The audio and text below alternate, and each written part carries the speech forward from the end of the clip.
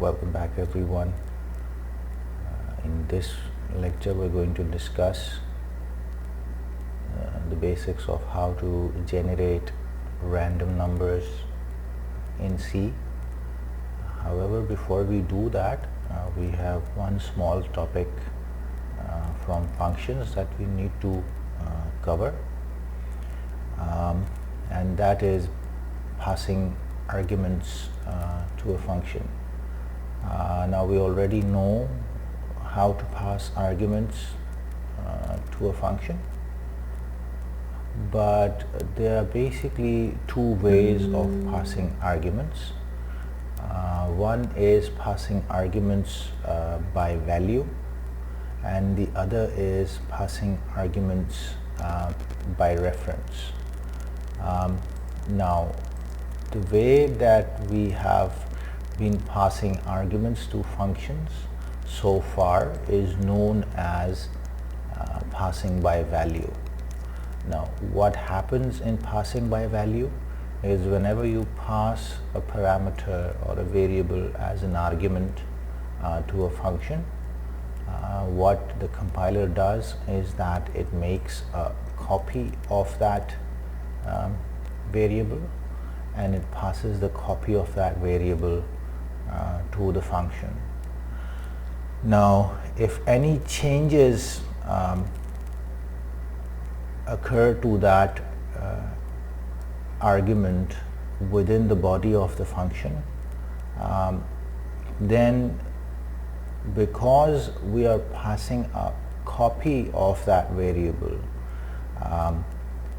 the original variable's value in the caller function is not affected. So that happens when we are passing by value.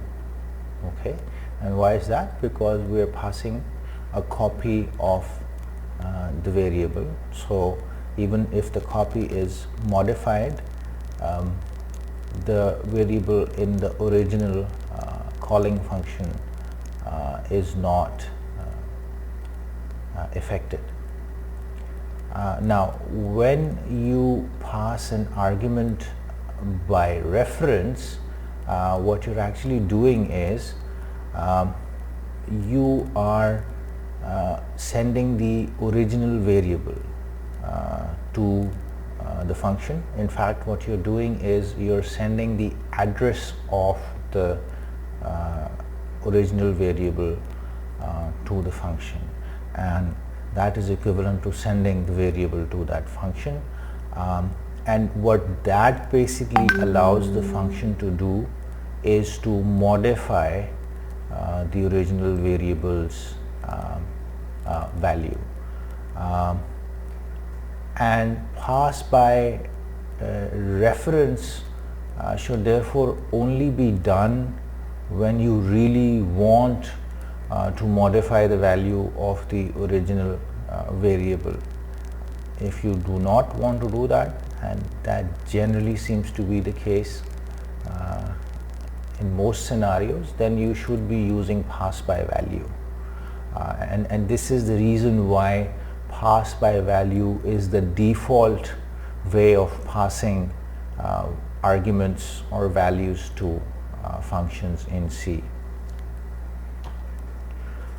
And why is pass by value preferred or the default method? Well, it kind of allows you to avoid accidental side effects. So because if you're passing reference or passing by reference, and this is something that you actually do not want to do, then it can cause a lot of problems, and it can make your software unreliable and difficult to debug.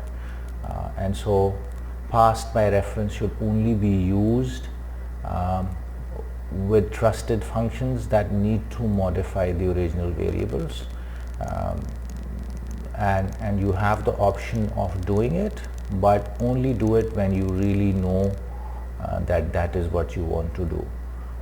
And we will look at pass by reference in chapters that we will study later. For example, in chapter 6 we will see that array array arguments. So whenever we're passing arrays to a function, they are generally by default or automatically passed by reference, and that happens for performance reasons. So we will look at that in future chapters, but why in case of arrays are we passing by reference instead of passing by value? Well, that is for performance reasons, and the reasons is if you are passing arrays by value and not by reference, what that will do is it will create copies of arrays and pass those to functions. And of course, creating copies of arrays which might be very large arrays will consume a lot of memory, and thus it will consume more resources, and that's why is generally avoided by C. So now we move to our main topic or primary topic for today, which is random number generation. And random number generation is something or is generally used in applications where we want to simulate real life or something similar to real life random events. We could be doing it in maybe building some games. So if we're building a game where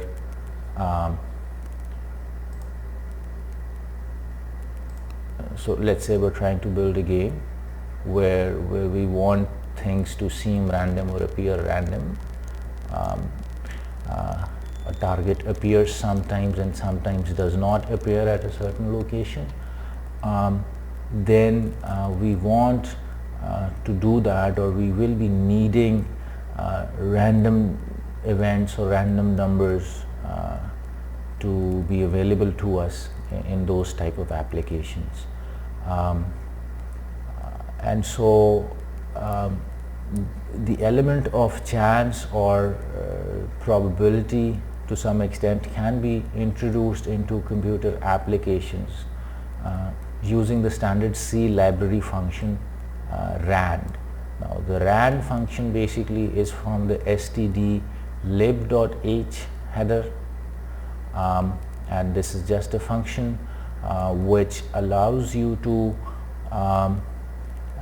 generate integer numbers between 0 and this constant value known as rand max. This constant rand max is defined again in the std lib.h header, and its maximum value can be different from one platform to another.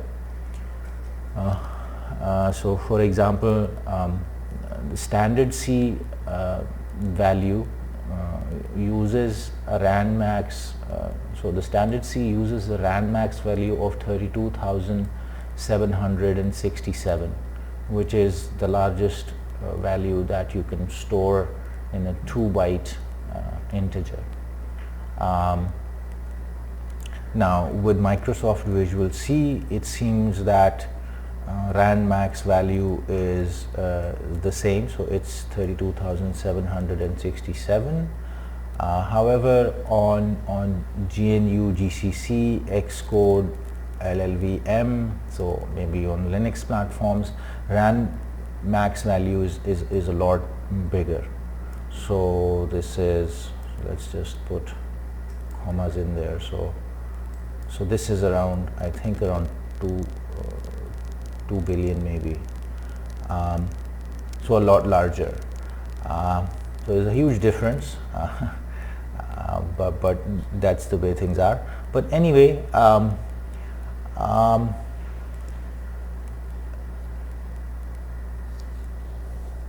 let's talk about how we can use these and how we can generate these. Now, if one of the questions that we first have to ask ourselves, or somebody may ask you is that, if this rand function produces truly random integers, then every number between 0 and rand max has an equal chance or equal probability of being chosen or being observed each time that the rand function is called.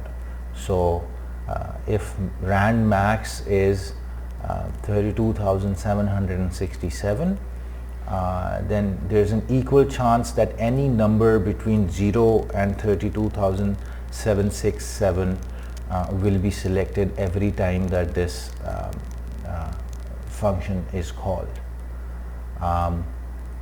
Now, one of the problems that we will run into is that if we use the rand function as is, then we will get values between 0 and rand max. Now, let's say we want to build maybe a card game where we want to simulate people playing cards in a casino or something. So we have to generate numbers between 1 and 52 corresponding to all cards in a deck. Or let's say we want to simulate rolling a die, and so we want the random numbers to be between the range of 1 and 6.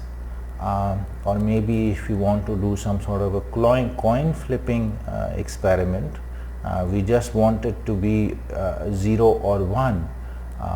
Now, how do we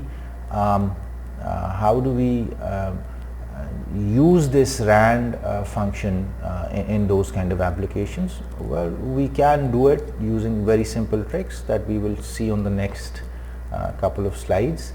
But yes, so how do we actually use them in head or tail type of applications? If we were flipping coins, we may want to represent heads with a 0 and tails with a 1. So we only need to generate numbers 0 and 1, and there's maybe a 50-50 chance every time we run this experiment or we flip a coin.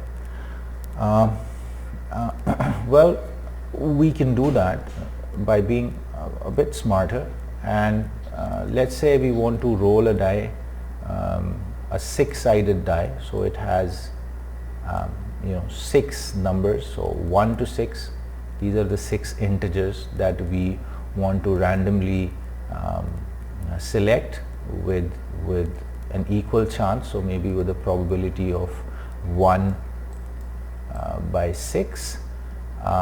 Now the rand function is giving us numbers between 1 and rand max. Now how can we bring them into this range of 1 to 6? Well, we can do that by using the modular division. So if we divide the value that the rand function gives us by 6, what that will do is it will produce integers between 0 and 5, right? Because we're using modular division here, and so what that will do is, regardless of the value of rand that is generated, and that value could be greater than 6, modular division will bring it down to this range of integer numbers between 0 and 5. And then how can we convert this from 1 to 6? We can just add 1 to whatever number we see, and then we will get numbers from 1 to 6. So if we just add 1 to it, we will get numbers from 1 to 6. Now this way of dividing or using modular division to bring numbers, random numbers into a specific range is called scaling. So modular division by the number 6 is called scaling, by any number is called scaling, and the number 6 is basically our scaling factor. So in our previous example, 6 was our scaling factor, and then after applying scaling, we can shift the numbers to the range of numbers that we need. So in that case, we in our previous example on the previous slide, we just needed to shift the numbers by 1. So we added the value 1, and that basically gave us numbers from 1 to 6. So let's look at a very simple example where we are looping through unsigned integer I from 1 to 20, and in every iteration of the loop, what are we doing?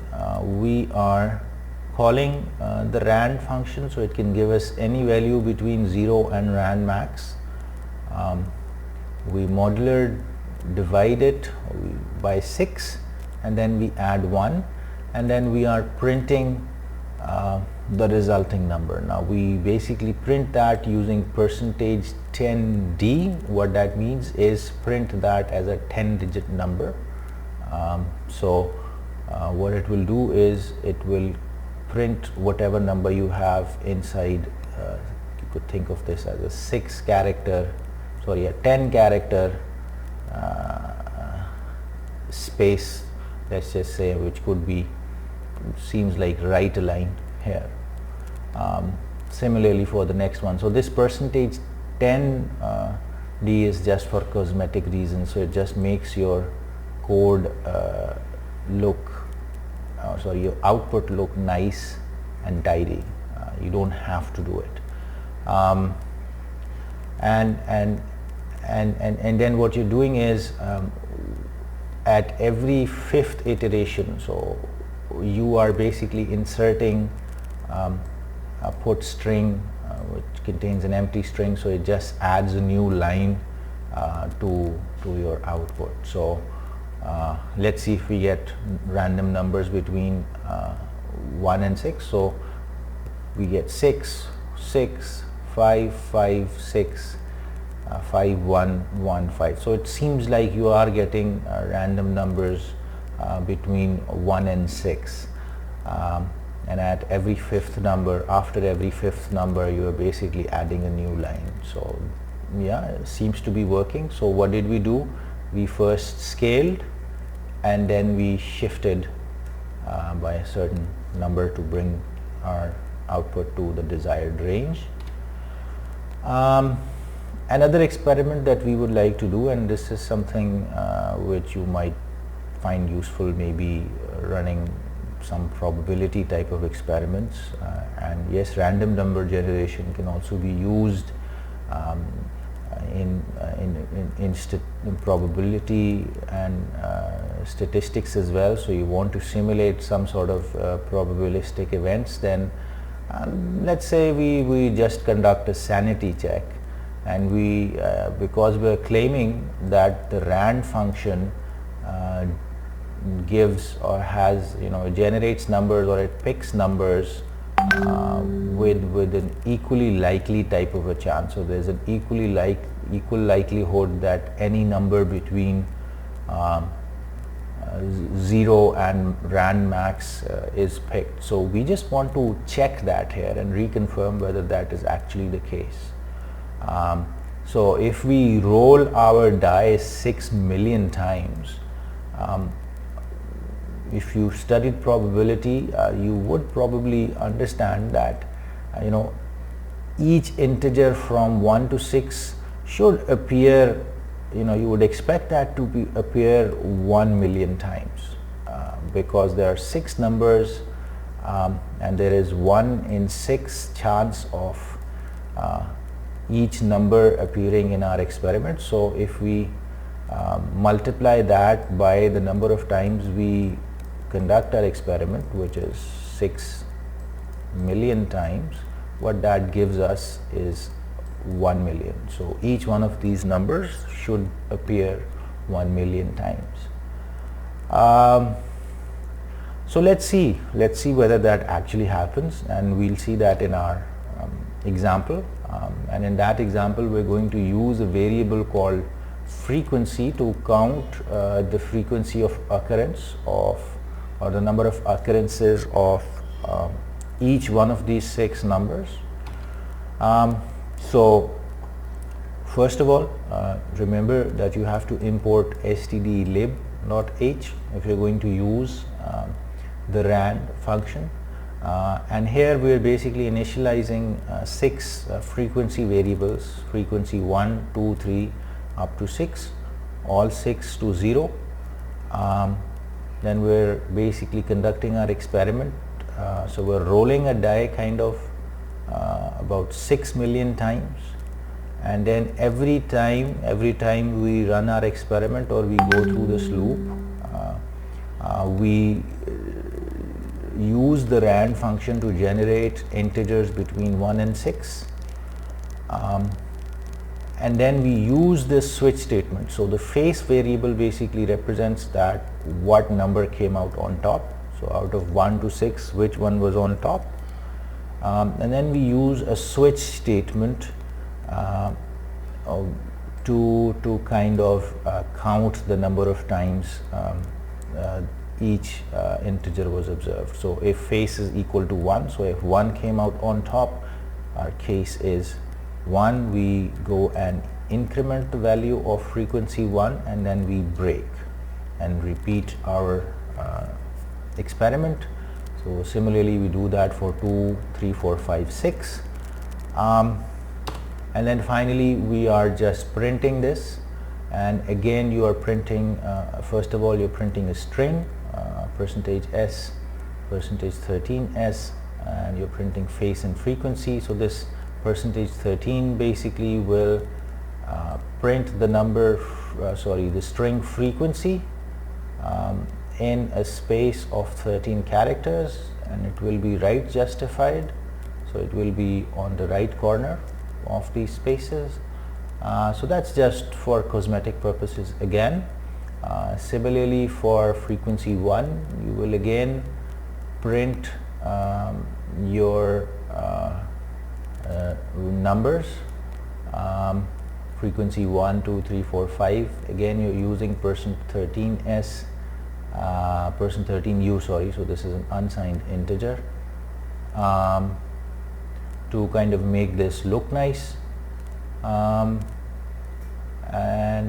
And you see that all these numbers kind of appear not exactly 1 million times, but very close to 1 million times. So it does seem to verify that this is indeed truly random. In reality that is not the case. They're not exactly truly random. In fact, it's trying to mimic random events, and we will talk about that in a second. And you know, if you want these events to be truly random, you would expect that if you repeat this experiment, so if you repeat this code and you run it one more time, or let's say even if you repeat the code that you saw in the previous figure 5.11 a few slides ago, what you will see is that you will get the exact same sequence. So the numbers that you saw there, you will see them repeated again and again. So on 5.11, these are the numbers that we saw. Now they seem random, but if we repeat this experiment 10 times, we will get the exact same numbers. So that kind of tells you that this is not exactly random, which kind of is confusing, right? Why are we then calling it random if we're just repeating the same number we're kind of producing the same sequence every time we run, or we're starting from the same location. And the thing is, actually you do need this repeatability, because and this sounds confusing, but let's say you're trying to initially write your code and you want to be able to, you know, simulate the same sort of a probabilistic or a random environment. Then you want things to be repeatable. So if you make changes and you're trying to debug your code, you want the same sort of probabilistic events to take place in the exact same order, even though that's not exactly random. So that seems kind of dumb, but it has its reasons, and you will look at those in more detail when you actually use these in courses like probability and statistics, maybe some other advanced courses as well. But let's say we don't want that repeatability. You can actually change that. Now, why do we get the exact same numbers? Well, RAND actually generates what are called pseudo-random numbers. So these are not exactly random numbers, these are pseudo-random numbers, and the reason is, generating random numbers is a very hard problem. And so the way that they're generated is that you have some sort of lookup tables which have sequences of numbers stored. So these sequences of numbers are basically what you see every time you repeat your experiment, and they appear to be random. They're not actually random. And if you don't want this to happen, what you can do is you can try different types of sequences. So there are a large number of sequences of random numbers that are stored, and you can basically jump from between them, and I'll show you how you can do that. So once you've actually, after you've debugged your program, let's say, and you do not want things to be repeated, you don't want it to seem like every time the exact same thing happens, then you can do something called randomizing. And randomizing basically is done using again a function of the standard library stdlib, but this function is called srand.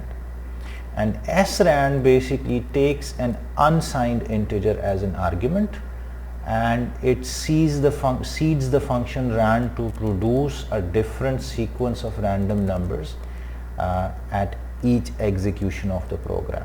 So what does that mean? Well, you could think of this as maybe having a large number of random sequences pre-stored in your memory, and the seed then basically selects which one of these is going to be displayed or selected. So let's look at an example, and that will actually make it a bit more clear. So in this particular example, we have again, we're importing stdlib, then we have an unsigned integer seed, and we ask the user to enter seed, and when we get seed, we use that as an argument and pass it to srand, and that will basically display one number, right? Or actually it changes the seed of the rand function. So it won't display anything because we're not really displaying anything, but it just kind of changes the sequence or selects the sequence of random numbers that we're going to be picking. So in this particular case, you basically again loop through your program, you repeat your experiment 10 times, you print rand, again you basically divide that modular divide by 6 and you add 1. So this is exactly the same as the example that we saw a few slides ago, with the exception that before we call the rand function, we are setting the seed. In fact, the user is setting the seed. So let's see what we get. So now the first time that the program was run, the user set a seed of 67, and you got number 61462 16164. The second time the program ran, the user entered a seed of 867, and notice that the output is now different from what you saw the first time is not identical, it seems to be very different. And then the third time when the program was run, the user again entered 67, so the same as the first time, and now notice that you get the exact same sequence, right? So by changing the seed, you can change the kind of random or pseudo-random output that you get. And that's how you can generally use this. So hope this makes sense. It will become more clear when you actually, if you've taken courses in probability and you want to run those type of experiments, this will actually become very useful.